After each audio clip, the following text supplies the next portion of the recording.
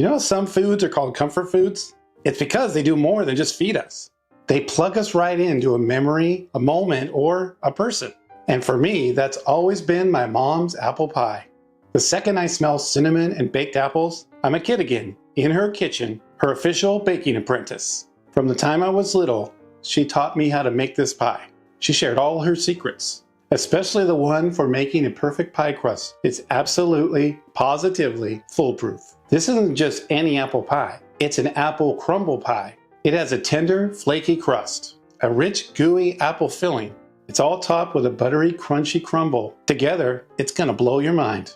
No rolling pins, no stress, just a perfectly delicious apple pie that you can and will master today. Please don't forget to like and subscribe, and I'll make more videos just like this. Now, on with the show.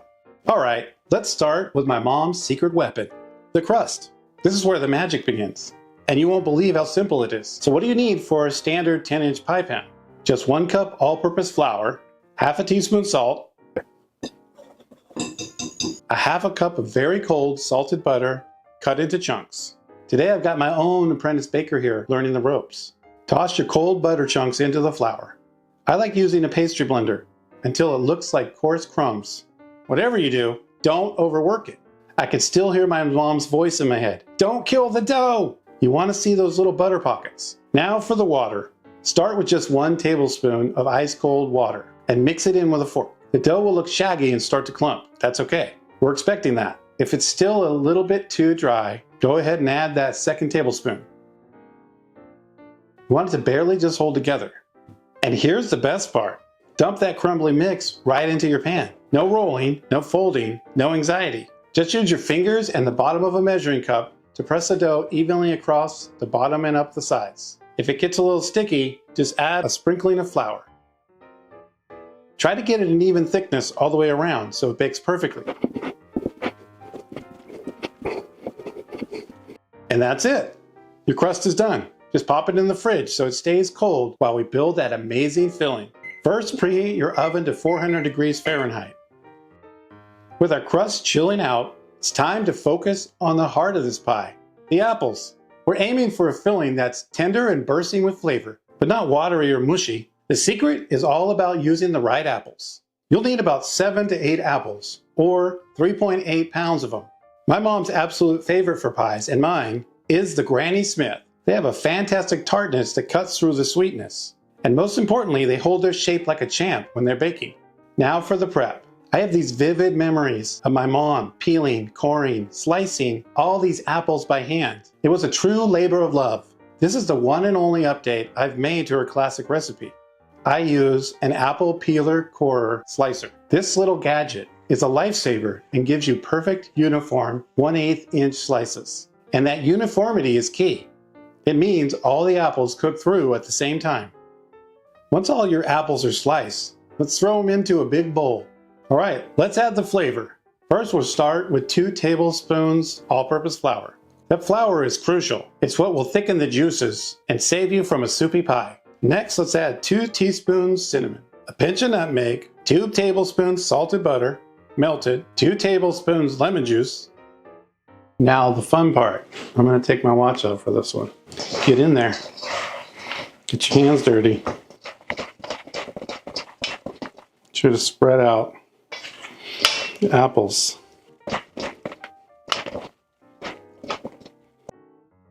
Let's taste it. Oops, I forgot the sugar. 3/4 cup sugar. And let's mix that up again. Using your hands or a big spatula, gently toss everything together until every apple slice is coated in that glorious, spicy, sugary mix. Now we're going to let it sit for a bit. This little rest lets the apples release some of their juices, which will mix with the sugar and flour to create a beautiful syrup. The smell alone is pure nostalgia. All right, the final touch, a crunchy crumble topping. What takes the pie from great to, oh my God, what is in this? It's the crumble topping.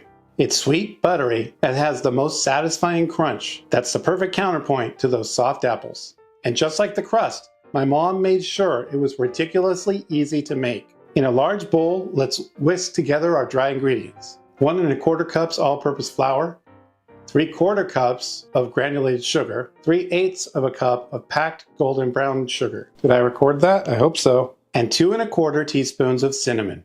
Now we're going to whisk that all together. Using both white and brown sugar gives the crumble a great crispness and a deeper caramel-like flavor, which is good, right? Now, just like the crust, the magic is in that cold butter. You'll need 12 tablespoons of chilled salted butter cut into 1/4 to 1/2 inch cubes. Add the cubes to your dry ingredients. Using a pastry blender or your fingertips, cut the butter in until the mixture looks like wet sand and starts forming little pebbly clumps. This part of the recipe feels the most connected to my mom. The method, the ingredients, the ratios. Creating this perfect crunchy topping is all her. It's the crown for a pie, and it's what makes this thing absolutely irresistible. Once your crumble is ready, set it aside. It's time to build this masterpiece, exactly the way she taught me. Okay, this is it. The moment it all comes together. Grab your chilled pie crust from the fridge. Give your bowl of apples one last stir. You'll see that amazing syrup that's formed on the bottom. Using a slotted spoon or your hands, let's transfer those apples right into that pie shell and pile them high. It's gonna look like a mountain, but trust me, they'll cook down. Pour any juice left over from the bowl right over the top. Don't be afraid. Now take that beautiful crumble we just made and pour it generously over the top of all those apples. Make sure to cover them completely, all the way to the edges. You want to press it in tightly so it clings to the apples. Now, after we put that crumble top on, I want to go back in there and kind of rough it up a little bit so we get those nice little crunchy bits on the top. Here's a crucial tip my mom always insisted on before it goes into the oven. Place your pie on a big foil-lined baking sheet. It will bubble over, and this will save you from a smoky oven and a miserable cleaning job later on. Heed this tip. We're going to use a 2-temperature baking method. This trick gets the crumble golden and crisp while making sure the apples cook through perfectly. Bake this pie at this higher temperature for about 40 minutes until the crumble is a beautiful golden brown. Keep an eye on it. If the top starts to get too dark, just loosely tint some aluminum foil over it. After 40 minutes, reduce the oven temperature down to 350 degrees Fahrenheit. Let it keep baking for another 30 to 45 minutes.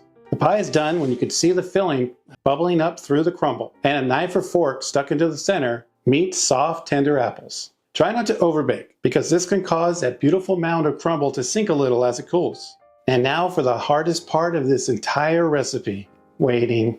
You have to let this pie cool on a wire rack for at least 2 to 3 hours. Doesn't this look amazing? But we gotta wait. This is non-negotiable. Let the filling set up properly. So when you finally cut into it, you get a perfectly clean slice instead of a runny mess. That's what we're hoping for. The smell in your kitchen right now will be absolutely amazing. Buttery pastry, sweet apples, and warm cinnamon. It's the scent of total success. Once it's cooled a little bit, it's time for the payoff. Cut a huge slice. Alright, real talk. I couldn't wait any longer, so I cut into the pie after 1 hour. If you let it cool the full 2 to 3 hours, you will get a more composed slice. Listen for that little crackle as the knife breaks through the crunchy topping. Watch as you reveal all those layers of tender, juicy apples tucked into that flaky, buttery crust. Put that slice on a plate. And if you want the full classic experience, top it with a scoop of vanilla bean ice cream. Let's try it out. You can see it's still very warm and the ice cream is melted and made a nice sauce there. First I smell is the apple flavor with the cinnamon, and then I'm getting like a serious crunch from this crumble on top. Here we go. So the crumble perfectly balances with the tartness of the apples. You get that buttery, cinnamony crumble with a little crunch, then the softness of the apples. And it's complemented by the crust, which is just buttery, flaky, salty. And then let me get a little ice cream here.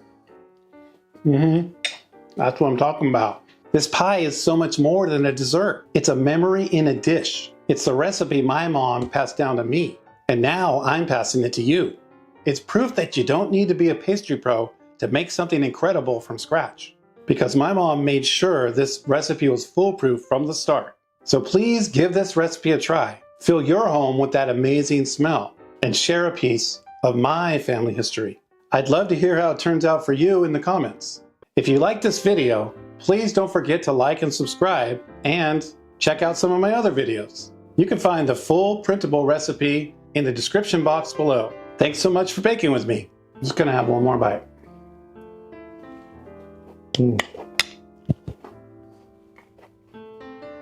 Yes. Hey, try this recipe out.